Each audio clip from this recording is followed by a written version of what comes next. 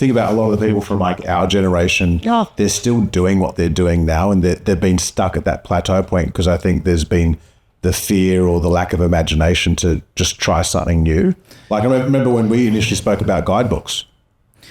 It's one of those things though, right? Like there's so many ways to it, and I'll also counter that idea in that sometimes when you have plateaued, you think I need to do something different, but you were actually just need to keep working at solving the problem. And I've seen firsthand when I did the Carroll Performance with my brother, you know, I was just crushing it with my main business, and I thought, well, let's just add on.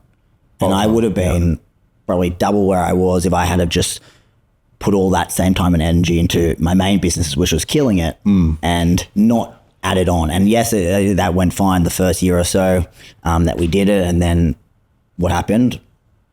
I got too busy to do both things well, and I felt stretched, and I felt too tired. And instead of doubling down on my main business, that 15 hours a week went to Carroll Performance, which yes, did fine for the first bit.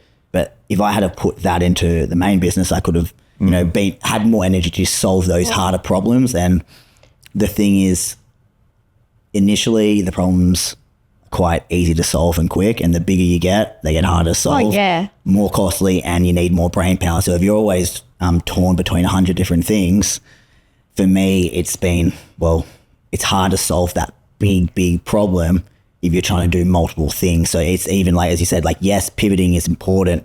And I've pivoted over, you know, at times, but sometimes you also think, I'm stuck, so therefore I should pivot, when really it's like, well, it's hard because it's meant to be hard. Oh yeah. And you need just to go all in on solving this problem, and then that's where you get those multiples of success. Like you guys haven't just like with you, like my only thing from the outside of clean health, right, is that, and this is my biggest thing for where I give both Daine and Lauren so much kind of credit, is that you've pivoted, but you haven't gone, let's get rid of clean health. Yeah. You've pivoted within the business, and you've added different things. You didn't go, you know, the gym stuff's slowing down, so let's go do real estate business. Well, that's just giving up, right? That's exactly. Giving up when the going gets You've tough. made logical pivots to improve. It hasn't. I think a lot of people pivot and go, I'm stagnant, and so I need to do something totally different. Like we're definitely, when we use the term pivot, we're because we're inside the bubble of clean health, we're pivoting the business model within the brand. Yeah. It's very different. So what you're referring to. I bet you most people who follow clean health don't even know that you guys had a gym in the city. They don't. They don't.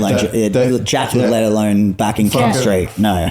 They don't even know that I was a fucking trainer for 15 years, and that Lauren was a trainer for fucking 8-9 years, and I wasn't just a trainer, I was a fucking world-class trainer, you know. So Daine, again, not to suck his dick. Hold on, there's a microphone there. Move forward. That's not that last night, but you know, Daine, you know, that's the thing. Daine was like the big trainer for me. Was like, fuck, like that's the most, like, the guy you want to be like as a trainer. And now most people are like, oh, like Daine, he trained Lauren. He was a trainer. So, yeah.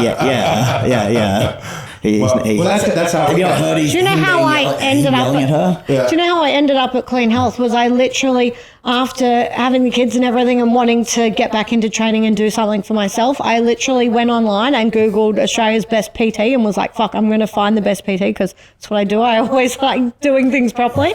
And he was booked out, so then he went to Daine.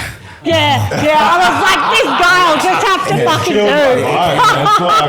Actually, only took you to Australia's most hands-on PT.